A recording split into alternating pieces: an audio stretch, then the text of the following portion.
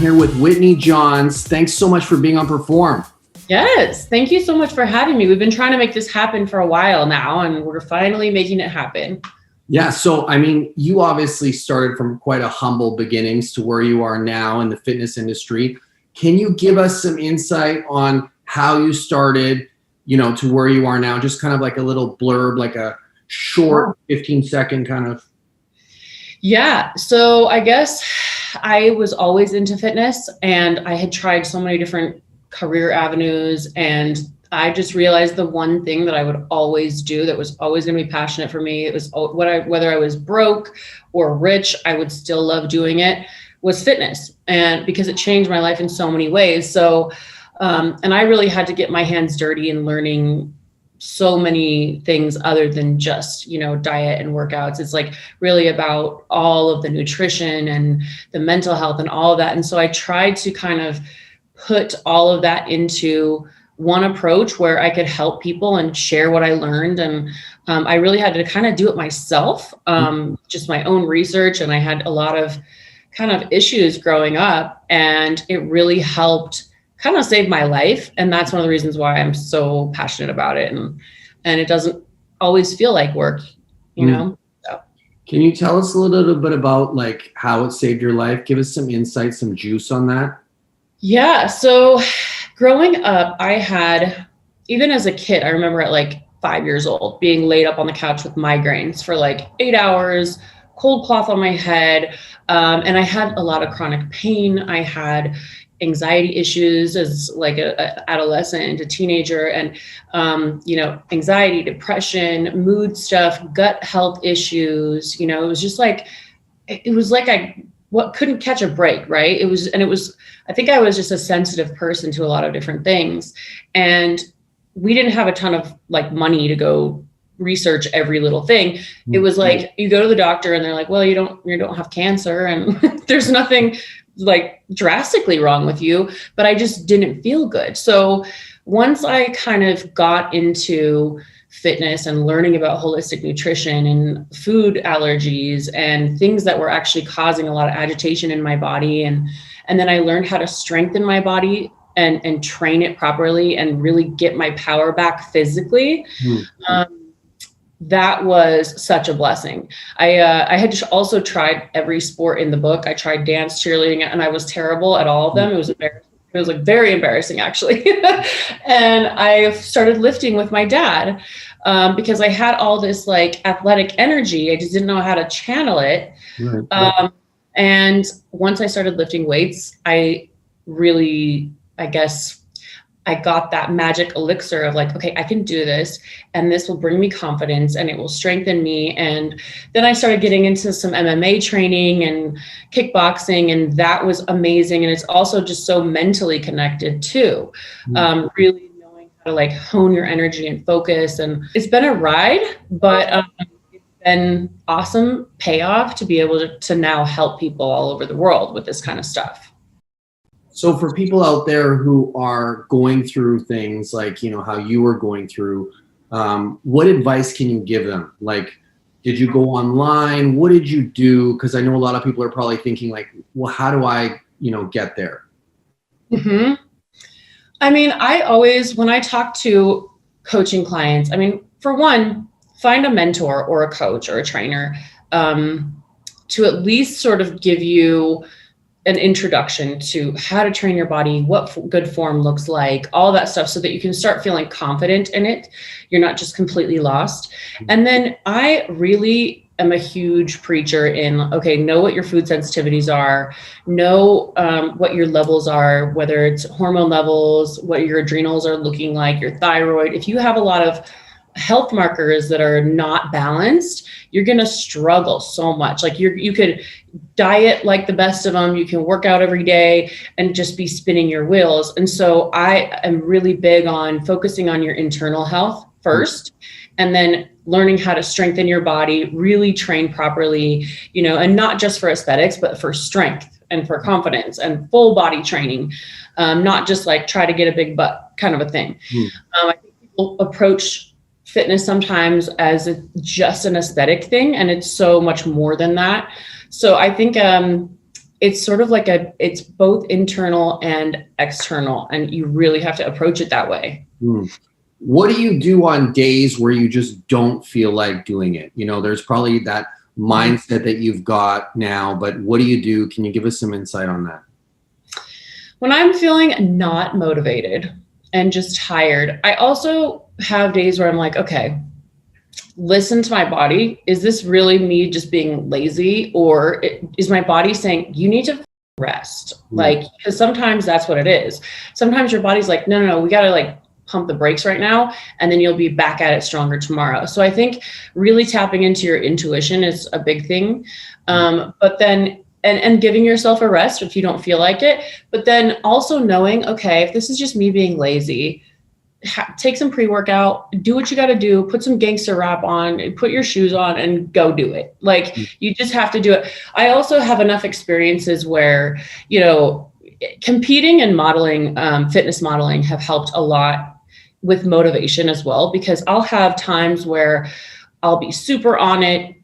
You know, I'll be prepping for a show and I know when I'm performing my best and I'm super on it, super disciplined, and I love the result. And then there are the times where you allow yourself to slip into that laziness, and you look like shit and you feel like shit. And that's a bad enough feeling to be like, no, I'm going to stay on the path and stay on the course. You know, I also think I'm a big believer in like small doses. So if you're every day cheating or you're having sugar every single day, your body's going to start craving that now like a drug, right? But if you have sugar once a week, or you skip a couple workouts, you know, a few times a month, or, you know, besides your normal rest days, that's okay when you kind of like give yourself a break and then get back on the wagon. I'm always just like, don't do days in a row of dysfunctional behavior, because the dysfunctional behavior is very like addictive, and it's a slippery slope. You just got to look at it like any other drug. If you're doing a certain drug every single day, all of a sudden you're an addict. It's the same kind of thing. And just sort of constantly checking yourself, like just keep checking yourself. So I know there's probably a lot of girls that are watching this and they're probably thinking to themselves, I want to look like Whitney. What do I got to do? So like, can you give us a little bit, I know it's a little bit more complicated, but give us the simplified version of that. My biggest thing I would say is my body transformed the most once I let go of being afraid of lifting heavy or pushing really hard.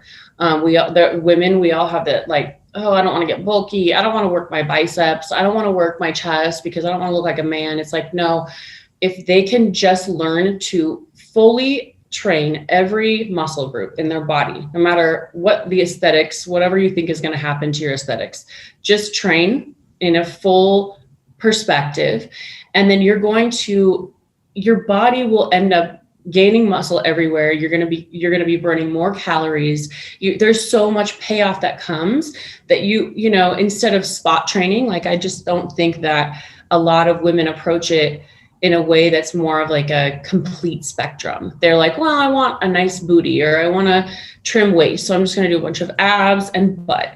And I think once you can just trust the process and go through kind of like treat it like a boot camp, like a 6-week boot camp of just trust the process, get out of your head, work hard, lift, you know, do train all of your body. And then that is going to pay off, because it's going to kind of build that base. And then you can kind of go from there and do the sculpting and, really target train certain areas too. Like, oh, you really want to focus on the glutes, but you have to have a full base first. That was my biggest thing, is like, once I started competing and my coach made me do all that stuff, at first I hated it. And I was like, oh, I feel like I'm getting too big or whatever. But once you trust the process, it comes full circle, and then your physique is just like in check. So I think that's the biggest thing that I would say for women. I think that's the biggest holdup, is they just get nervous about the aesthetics part of it. What part of your body, what do you have a trouble with? Like, what is the area that you're kind of like, oh, I wish that this was bigger. I wish it was smaller. Like, give us some insight on that and what you're doing. I have the bat wing effect. This is like, the first place I see it when I gain weight is like my arms. Like they'll get like jiggly. Yeah. It's like old lady arms kind of a feeling. And that is the one place where it's tricky because you want to train hard. You want to, but it's also like, okay, you can build muscle. It is sort of that same thing where it's like, do you build a ton of muscle there? Or is it just that you have to be lean all the time? If you're super, super lean, is it going to take away from your butt? There's always kind of that struggle. We all have our areas where we deposit fat more places than others. And a lot of it's genetics, and then some of it's hormonal. And you also just have to be like, well, I'm a human. So if my arms are jiggly occasionally, I guess I can give myself a freaking break. Tell us a little bit about your diet right now and what that looks like. Are you vegetarian, pescatarian? Give us some insight. I am I would say more of a paleo approach. I am a blood type O. So I tried vegan, I tried pescatarian, and it just didn't really work. I needed more iron, I needed red meat, I needed just nutritionally, I'm more of like a well-rounded, and I feed well off of like red meat, and that's typical for a lot of O type blood type. And so, but I can't do a lot of gluten. I can't do a lot of dairy. I have it in small doses. Again, like I'll do small doses so that I'm not completely eliminating these food groups from my diet. But I don't do a ton of grains either. I don't do a ton of like flour. If anything, I try to find good substitutes because we all crave things, right? So trying to find different substitutes for food that still taste like, okay, cool. This feels like a pizza crust, but it's cauliflower or whatever, I'm pretty like rice, potatoes, but more of a moderate carb thing going on right now. A lot of healthy fats, high protein, a lot of veggies. I try to do a ton of veggies because I do think that a lot of plant-based is good. It's good to kind of do as much of that as you can, and you're also feeding your gut with fiber and nutrients. But yeah, I'm kind of a meat and veggies kind of gal, and then the proper carbs, I guess you would say. Sweet potatoes, rice. What's your cheat meal? Like when you're going to cheat? I'm such a sucker for just a big fat burger. Yeah. I just love burgers or donuts. Yeah. Or macaroni and cheese. I mean, the list can go on and on. Yeah. What do your goals look like for this 2021? What are you focused on? Well, this year, I think everybody's coming off of 2020, just like it's been a shit show, right? And I think everyone has taken a bit of a, there's been setbacks, and I'm lucky enough to where my business was mainly online, so thank God, but still there were a lot of setbacks, and I had to move a couple of times, and it's just been crazy. So this year, I'm really focused on building out both of my apps, trying to really get my coaching program and really expand that. And then I really want to get into some product stuff. I'm 34 years old, and it's like in fitness, there's a fitness and appearance and Instagram model, whatever you want to call it. When it's more aesthetic focused, there is an expiration date, right? And I do, obviously the health aspect, there's always going to be a market for what I do. But I also know that it's like, okay, I'll be transitioning into the next phase of my career. I'm sort of in that transition now. And so focusing on things more like products, things that can help, like holistic health products. I have a few things in the works for more longevity. I think like right now is really just trying to find ways to help others other than just diet and workouts and stuff like that. So that's sort of my main focus. I'm really excited. I have a couple sort of things in the works, and it's a huge project. So who knows, I'm going to be patient with myself on how long and when I want to get it accomplished. But that's sort of what I've been looking at for my career. What do you do in your free time when you're not working? What does that look like? I like to go shooting. I like guns. I like to train. I like MMA. Those are like kind of outlets for me, I guess. I love to travel. I love to have a good time. I like to drink. I like to enjoy my life. You know, you got to enjoy your life. Yeah. But honestly, I'm kind of a homebody. It's Yeah. funny. This year has been such a like drastic change for so many people because of quarantine or what have you. But I'm like, oh, sick. This is like my normal life. I don't have to go out. I'm like, I do FaceTime happy hours with my girlfriends. I'm like, I don't think I ever want to meet you out again. I'm kind of like a chill at home, kind of watch Netflix and have good food and, you know, have a good time. Can you suggest any good TV series for the people out there? Oh my God. Right now, I'm so obsessed with The Crown. Really? Yeah, I didn't think I would be into it. And then I started watching it and it was super fascinating. Yellowstone was one that I just finished that is just like phenomenal. I will always, Ray Donovan will always be my all-time favorite. Yeah, that's kind of the top ones for now that come to mind. Tell me a little bit about some of the obstacles you faced in 2020 and how you overcome them. So 2020 was super interesting personally as well.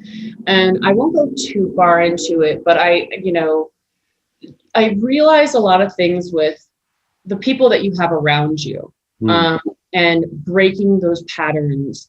I think the biggest thing that I learned in 2020 was do not ignore red flags when it comes to the people that you have around you or the environment that you're in, whether it's, romantically or friends or people that work with you. When you start to see those red flags, you really have to pay attention to them or you're going to pay for it later. It's going to come back to haunt you. I think the biggest thing, is just like really sticking to your intuition and listening to that gut instinct, because when you don't and when you ignore that is when you kind of get into a hole that's deeper than you got to dig yourself out now. And how am I going to do that? You could avoid a lot of pain if you just pay attention to your gut instincts and really be selective about the people that you have around you. Nice. So I don't know, I'm going to ask this because I bet you there's a million girls thinking this. Your eyebrow game is hella strong, okay? Let's just be honest here. I know nobody's probably said anything, but I know a ton of girls are probably thinking, that eyebrow game, I know a strong eyebrow game, and that is a strong eyebrow game. Give us some insight on that. Well, I did get microblading.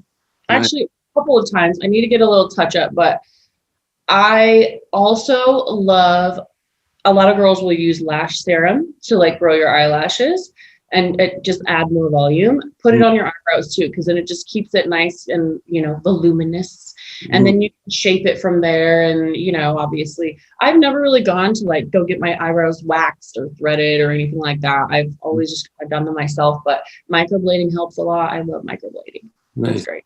Yeah. Do you have somebody that you look up to? Oh, lots of people. I have a lot of people that I look up to. Who would be the female that you would say, you know what, I want to be like this woman? Who would it be? That's a good question. It's someone that I'm like a huge fan of and always have, is Jane Fonda, actually. Wow. Okay. I think she is such a powerhouse chick. Just with her career, she's just like constantly reinventing herself. She's constantly speaking her mind. She's got balls. Like doesn't have a huge filter. She's hilarious. But she also doesn't take herself too seriously. And because of that, her career, she's still like murdering it. And she's done so many different things too. So I've always really liked her. I've always kind of been like, yeah, that's awesome. Like she's a badass chick, For people out there right now who want to say work with you through coaching, training, this and that, how do they get in touch with you? Well, you can email me. It's on my Instagram bio or contact at whitneyjohns.com. I have a lot of people that will come in through the DMs, and I have an app where it's called findyourfitwithwhit.com, and it's Find Your Fit with Whit is the program, which is customized diet and workout plans. And then the option to work with me one-on-one. I can consult with you. I do virtual sessions. I also consult with, just kind of a gut health revamp situation. But yeah, I mean, check me out on Instagram at Whitney Johns, slide in the DMs in a professional way. Yeah.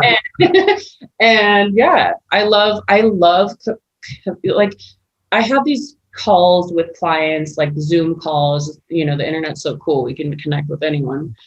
And it's so interesting to see the different kind of people that I guess listen to me. I'm like, wow, it's so interesting. Like, wow, this woman in, middle America who has 4 kids, who is just, she wants to follow what I have to say, and then to connect with that person. I just think it's so cool how, I just love it. I like all the different variety of people that are just like, we all have the same needs. We all want to feel powerful and confident, and we all want to have good energy. We all want to feel vibrant. And it's just really kind of interesting to be able to connect one-on-one with my clients, because it's just like, that's the most rewarding thing. Yeah. I'm going to ask you some questions just to keep it fun. Tell me your favorite color. A fiery orange red. I don't even know what that's called, but this is always my answer. Okay. And what's your sign? I'm a Sagittarius. Okay. I'm a Sagittarius, but most of my chart is Scorpio. Yeah. So a little crazy. Just kidding. So what, I know you're probably thinking this, what do you stay away from when it comes to the horoscope sign, when it comes to dating? Where are you like, no? I don't know, because my chart is so mixed. I don't know. Where am I like, no? I've never really dated a lot of Virgos. Like Virgo, I think I'm too fiery for Virgos. Like I think it just like clashes a little bit, and I'm totally a disorganized person, and Virgos are super like OCD and very disciplined and that kind of stuff. And for some reason, I just feel like I would drive a Virgo crazy. I'm like, you wouldn't like me. What sign do you vibe with the most? Like, where do you find yourself? I vibe with Scorpios, Geminis, and fire signs like Leo and Aries, Sagittarius, Leo, Aries. And then, I get Scorpios and then Gemini, I understand them as well. And, What could you tell us that's fun and interesting about yourself that maybe you haven't told people? Fun and interesting. God, I don't know. What in which topic? Anything that comes to mind, something that's unique to this podcast that, people don't know about you. Like whether it's, you're into comic books or you're into, I don't know. I guess I like, I don't even know. You have any quirky habits? Anything quirky? Anything like unique to you? So I'm like an old lady in a, I guess, middle-aged body. Now I'm middle. I am super like very, very anal about my going to bed process. Like I have to completely get ready for bed. I have to have 2 fans on, a noise machine. I have 2 leg pillows in between my legs. I lay on my side. I have a pillow behind my back. Like I'm like the most Princess and the Pea, like high maintenance bitch sometimes. I just can't help it. Because I'll wake up and I'm like, oh, my back hurts or my hip hurts. So I'm very, very particular about like my comfort. I'm like a creature of comfort, I think, when it comes to that. I'm on the 2 fans tip, so I get that. I totally get the 2 fans. That's don't you even do leg pillows though. I mean, it's kind of a game changer. I haven't got into the leg pillows. I need to, move towards that. But I you can see later. Yeah. Try it out. Are you training right now out of your home, or where are you training clients for people? I'm all online now. I had like 1 or 2 left that I was doing in person in LA. But with the pandemic and everything, it's just easier. I have people on my apps and I do some virtual sessions and then I train myself, but yeah, I've kind of stopped up with the in-person training, Mm. and yeah, it's been nice. I love training people in person, but now with the technology the way it is, it's so easy to just kind of do it from anywhere. And I'm kind of I like to bounce around. I've been traveling a lot, and I don't like to stay in one place for very long. And so it's been really kind of just perfect because I can still run my business from anywhere, which is cool. So Nice. Is it a mix of guys and girls, or mostly girls, or can you give us some insight on that? mostly women, but I have a lot of male clients that I work with. Some of my longest standing clients are male, and we've become like just bros, you know. Mm. But yeah, I've been really fortunate to have a lot of guys really like my style of training. Not even like really working with me that individually either. It's not really about just like working with me. It's I've had really good results with men actually as well because of my bodybuilding training background, I think. So yeah, it's been cool. Listen, thank you. Honestly, Whitney, you were an amazing guest, and we really appreciate you coming on Perform. Yeah, I'm so glad we got to make it happen.